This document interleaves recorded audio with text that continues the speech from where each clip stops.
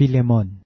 Si Pablo na bilanggo ni Kristo Jesus at si Timoteo na ating kapatid kay Filemon na aming minamahal na kamanggagawa at kay Apia na ating kapatid na babae at kay Arkipo na kapwa-kawal namin at sa iglesia sa iyong bahay.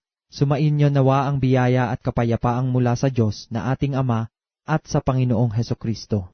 Nagpapasalamat akong lagi sa aking Diyos na ikaw ay binabanggit ko sa aking mga panalangin.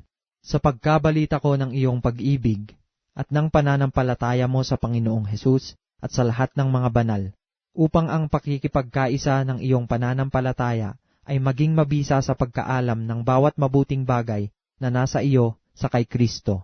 Sapagkat ako'y totoong nagalak at naaliw sa iyong pag-ibig, sapagkat ang mga puso ng mga banal ay naginhawahan sa pamamagitan mo, kapatid. Kaya, bagamat kay Kristo ay mayroon akong buong pagkakatiwala upang ipagtagubilin ko sa iyo ang nauukol, gayon may alang-alang sa pag-ibig ay bagkus akong namamanhik, kung sa bagay akong si Pablo ay matanda na, at ngayon na may bilanggo ni Kristo Jesus. Ipinamamanhik ko sa iyo ang aking anak, na aking ipinanganak sa aking mga tanikala, si Onesimo, na nang unang panahon ay hindi mo pinakinabangan, datapwat ngayon ay may pakikinabangin ka at ako man, na siya'y aking pinabalik sa iyo sa kanyang sariling katawan, sa makatuwid bagay ang aking sariling puso. Naibig ko sanang pigilin siya sa aking piling, upang sa iyong pangalan ay paglingkuran ako sa mga tanikala ng Ebanghelyo. Datapwat kung wala kang pasya ay wala akong magagawang anuman. Upang ang iyong kabutihang loob ay huwag maging tila sa pagkakailangan kundi sa sariling kalooban.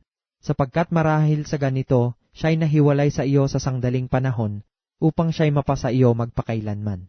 Na hindi na alipin, kundi higit sa alipin, isang kapatid na minamahal, lalong-lalo na sa akin. Ngunit gaano pa kaya sa iyo na siya'y minamahal mo maging sa laman at gayon din sa Panginoon. Kung ako nga ay inaari mong kasama, ay tanggapin mo siyang tila ako rin. Ngunit kung siya'y nagkasala sa iyo ng anuman, o may utang sa iyong anuman, ay ibilang mo sa akin. Akong si Pablo na sumusulat nito ng aking sariling kamay, ay siyang magbabayad sa iyo, hindi sa sinasabi ko sa iyo na ikaw man ay utang mo pa sa akin. Oo, kapatid, magkaroon nawa ako ng katuwaan sa iyo sa Panginoon. Panariwain mo ang aking puso kay Kristo. Kita'y sinulatan sa pagkakatiwala sa iyong pagtalima.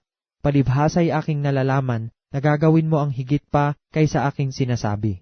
Datapwat bago ang lahat ay ipaghanda mo ako ng matutuluyan, sapagkat inaasahan kong sa pamamagitan ng inyong mga panalangin, ay ipagkakaloob ako sa inyo. Binabati ka ni Epafras na aking kasama sa pagkabilanggo kay Kristo Jesus, at gayon din ni Marcos, ni Aristarco, ni Demas at ni Lucas na aking mga kamanggagawa. Ang biyaya ng ating Panginoong Hesukristo ay sumainyo nawang Espiritu, siya nawa.